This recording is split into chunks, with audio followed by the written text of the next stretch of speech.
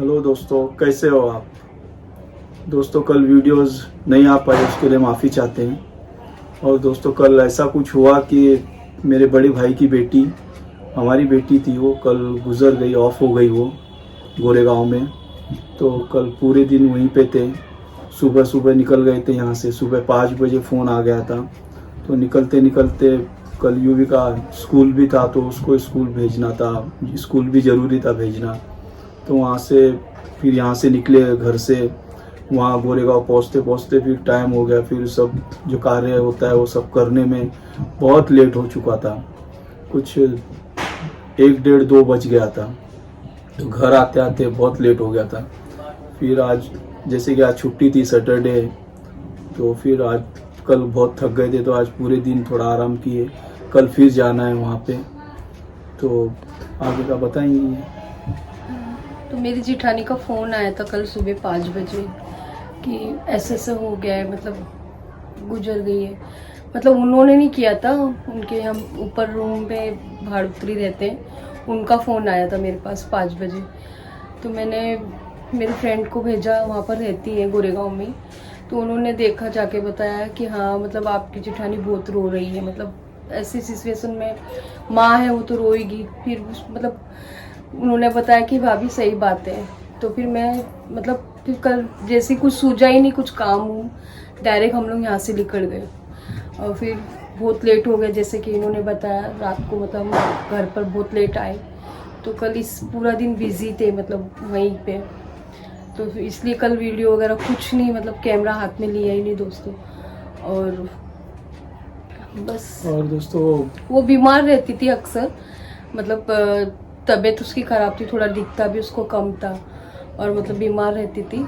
तो जैसे कि दवा हुआ, ट्रीटमेंट चालू था, मेरी जेठानी बहुत ध्यान देती थी उसके ऊपर। तो कल एकदम मतलब जैसे बीमार, तबीयत ख़राब होने के बाद में ठीक हो जाती थी हमेशा, तो कल ऐसा नहीं हुआ। कल मतलब कुछ सूझा ही नहीं उनको, मेरी जेठानी को। एकदम वो सोचने लगी कि सो गई है क्या क्या। उसको पहले उल्टी आया और खांसी आया ज़ोर ज़ोर से। उसके बाद में मतलब सर रख लिया था मांडी पे, मतलब जेठानी के मेरी मांडी पे रखा सर, और वो उठाने लगी, मतलब खांस रही थी ज़ोर ज़ोर से, कमर उमर मसलने लगी। देखा तो वो सो गई ऐसा लगा उनको, पर जब बाद में देखा तो एकदम वो हाथ पैर एकदम ढीले ठंडे पड़ गए। तो उनको एकदम कुछ सूझा नहीं, एकदम ज़ोर ज़ोर से चिल्लाने लगी। तो सब मतलब मेरे जिठानी के बेटे बहू नीचे रहते हैं, मतलब नीचे के घर में, वो लोग ऊपर आए तो उन्होंने देखा, प्रिया प्रिया करके उठाया तो वो उठी ही नहीं। फिर सब मतलब मालूम पड़ा कि हाँ वो नहीं है, मतलब हमारे बीच में नहीं रही। फिर उन्होंने 5 बजे मुझे फ़ोन किया, वो 3 बजे से उसकी तबीयत ज़रा ख़राब होने लगी थी। दोस्तों मेरा जाना ज़रूरी था, क्योंकि मेरे बड़े भाई भी नहीं हैं, वो भी गुजर चुके हैं, ऑफ हो चुके हैं। मेरे छोटे भाई भी नहीं हैं, तो मैं ही, पूरा सब मेरे ऊपर ही आ गया है। तो मेरा जाना बहुत ज़रूरी था, तो इसके लिए वहाँ पे जाना बहुत ही, मतलब आप तो सोच सकते हो, जब घर में कोई ना हो तो जाना ज़रूरी होता है। तो ऐसे मेरी मम्मी भी नहीं है, डैडी भी नहीं है, पापा मेरे, और मतलब सब। इनके 3 भाई थे ये, और इनकी मम्मी पापा। जैसे कि मेरी शादी हुई तो मैंने बहुत अच्छी तरह से इनके घर में गई, तो बहुत खुशी थी। मतलब मेरे ससुर जो थे, मैं शादी होके गई, वो मेरी शादी से पहले ही गुजर गए थे। फिर इनकी मम्मी थी, मेरे 20 साल, मेरे मतलब 20 साल शादी को 20 साल हो गए थे। वो अच्छी थी, वो मेरे साथ में रही 20 साल तक। मुझे बेटी का प्यार दिया उन्होंने, बहुत अच्छी तरह से रखा मुझे, किसी चीज़ से रोक टोक नहीं। मम्मी पापा के यहाँ भी मेरे को हमेशा खुद लेके जाती थी। यूवी के पापा की भी बाट नहीं देखती थी, मतलब ये लेके जाएंगे, खुद मिलाने लेके जाती थी मेरे को।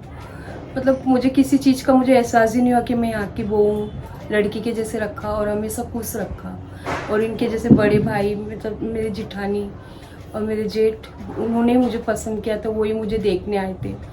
तो मेरे जेठ भी बहुत अच्छे थे, बच्चे के जैसा प्यार। जैसे मेरे जिठानी का लड़का था, तो वो मतलब उसके मतलब वो मेरे सामने ही है, मतलब थोड़ा बड़ा था, मतलब 5-6 साल का था।